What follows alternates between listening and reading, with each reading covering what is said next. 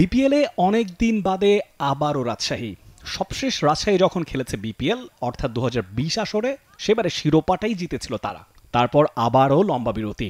এবারে নতুন নামে নতুন দল গড়েছে দুর্বার রাজশাহী।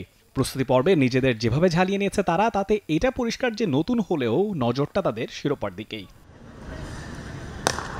দেশি বিদেশি নানান তারকাই আছে রাজশাহীর এই দলে, তবে ক্যাপ্টেন্সির ভারটা বর্তাবে কার কাঁধে সে ব্যাপারে এখনও সুরাহা হয়নি।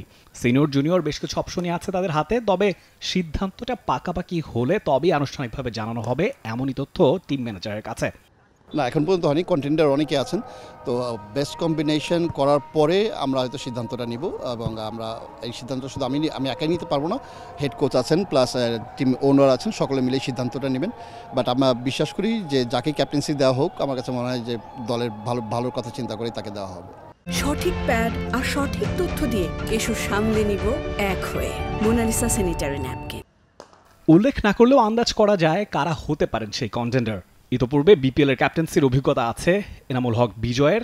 বিপিএল, ডিপিএল, এনসিএল, ঘরে ক্রিকেটের সবখানেই যে কোনো লিডিং রান স্কোরারের তালিকায় আপনি একজন বিজয়ের নাম খুঁজে পাবেন। 2012 সালে একেবারে প্রথম বিপিএল থেকে খেলে আসা বিজয়কে মানতে হবে একজন সিনিয়র ক্যাম্পেনার হিসেবেই। সেই সূত্রে অধিনায়কত্বটা হাত ছানিয়ে দিচ্ছে তাকে।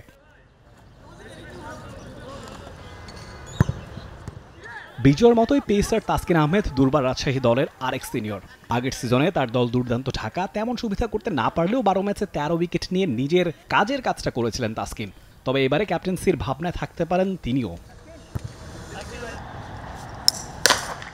রাজশাহী দলে আছেন অনূর্ধ্ব-19 বিশ্বকাপ জয়ী দলের ক্যাপ্টেন আকবর আলীও। সম্প্রতি এনসিএল এর দুটো 50 হাঁকানো এই উইকেট কিপার ব্যাটারও প্রস্তুত ক্যাপ্টেন্সির চ্যালেঞ্জ নিতে, তবে সেই সিদ্ধান্তটা তিনি রাখলেন টিম ম্যানেজমেন্টের কাছে। এখনো এটা ভাবতে হবে, অবশ্যই যদি ম্যানেজমেন্ট থেকে এরকম প্রপোজাল আসে অবশ্যই ভেবে দেখতে পারি। বাট দেখা যাক, এটা অল ডিপেন্ড করতেছে যে আসলে কিভাবে টিম ম্যানেজমেন্ট কিভাবে সবকিছু চাচ্ছে তার উপর।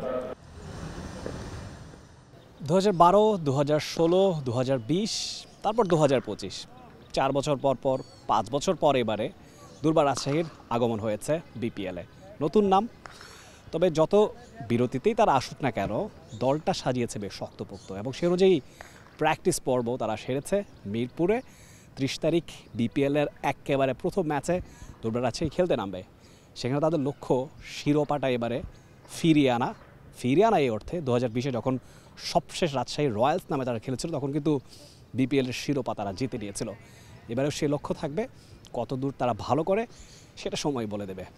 মিরপুরের শেরেবাংলা জাতীয় ক্রিকেট স্টেডিয়াম থেকে Rifat Tanvir Rafi, T Sports. Bangladesh premier league 2025, 7টি দলের জমজমাট লড়াইয়ে মাতবে পুরো দেশ। দেখতে চোখ রাখুন টি স্পোর্টস নেটওয়ার্কে।